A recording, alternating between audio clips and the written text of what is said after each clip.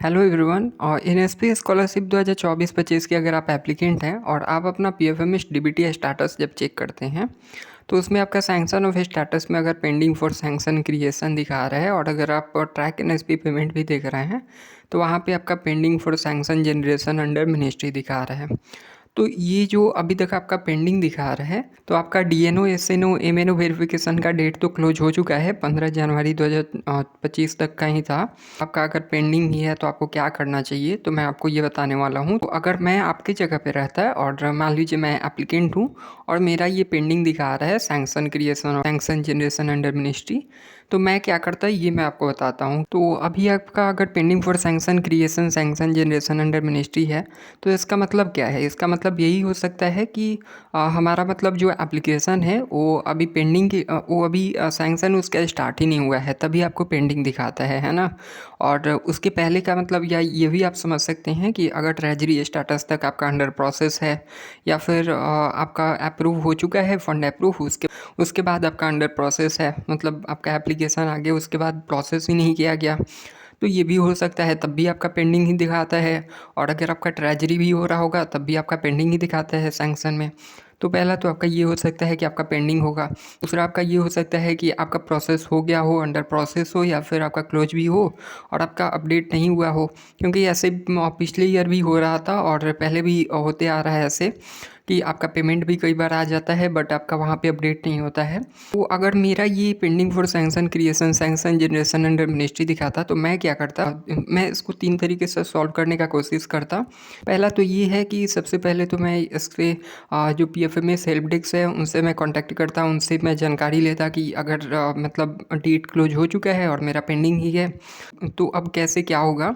दूसरा मैं ये करता कि मैं अपना ट्रांजैक्शन हिस्ट्री चेक करते रहता कि क्या मेरा मतलब ऐसा तो नहीं कि पेमेंट आ चुका है बट यहाँ पे अपडेट ही नहीं हुआ है या प्रोसेस हो चुका है और यहाँ पे अपडेट नहीं है।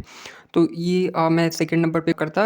और तीसरा जो मेरे पास लास्ट ऑप्शन रहेगा और किसी के पास भी लास्ट ऑप्शन है कि आप वेट कर सकते हैं। अगर आपका ये अपडेट होता है या फिर आपका ये पेंडिंग है, आपका प्रोसेस में है, आपका अंडर प्रोसेस है, तो आप वेट कर सकते हैं क्योंकि आपके हाथ में नहीं है, मेरे हाथ में भी नहीं है। अगर मैं एज एप्लीकेंट हूँ या फिर एनएसपी के बारे में मैं जानता भी हूँ तो भी मेरे हाथ में नहीं है। ये जो पेमेंट प्रोसेस कर रहे हैं ना उनके हाथ में है, तो वो जब तक आगे नहीं करेंगे आप भी नहीं कर सकते और आपको पता भी नहीं है कि कौन कर रहा है वहाँ पे और मुझे भी नहीं पता है। तो जिनका भी पेंडिंग दिखा रहा है तो वो वेट कर सकते हैं, लास्ट यही ऑप्शन है।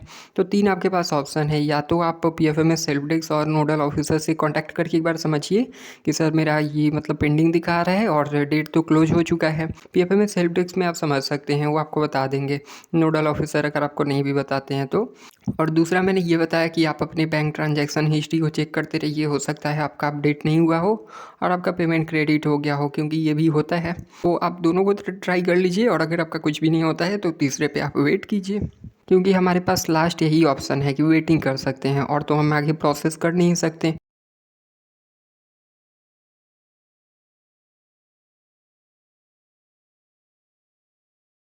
बाकी आपको और भी कोई यूट्यूबर बता रहे हैं कि आप ऐसे कीजिए वैसे कीजिए, कुछ ऐसे नहीं होने वाला है।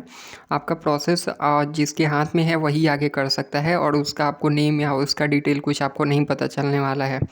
हाँ, ये है कि आप पीएफएमएस हेल्प डेस्क से कांटेक्ट कर सकते हैं या फिर नोडल ऑफिसर से कर सकते हैं। अगर आपका नोडल ऑफिसर भी वेरीफाइड नहीं है तो आप उनसे ज़्यादा मतलब कांटेक्ट कर सकते हैं। तो बस यही अपडेट देना था आपको कि आप वेट कीजिए और आप ऐसे ट्राई कर सकते हैं।